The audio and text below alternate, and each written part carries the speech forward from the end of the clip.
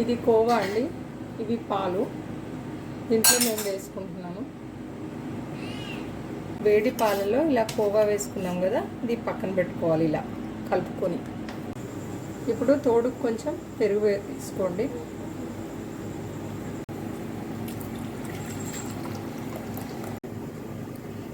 ఇది కోవా వేసాం కానీ స్వీట్ వేయలేదండి, ఈ విధంగా చేసుకోవాలి. ఒక గ్లాస్ బియ్యానికి 4 గ్లాసులు నీళ్లు పోయాలి. అదేవిధంగా సాయంత్రా లవణం వేసుకోవాలి, అంటే పింక్ సాల్ట్ వేసుకొని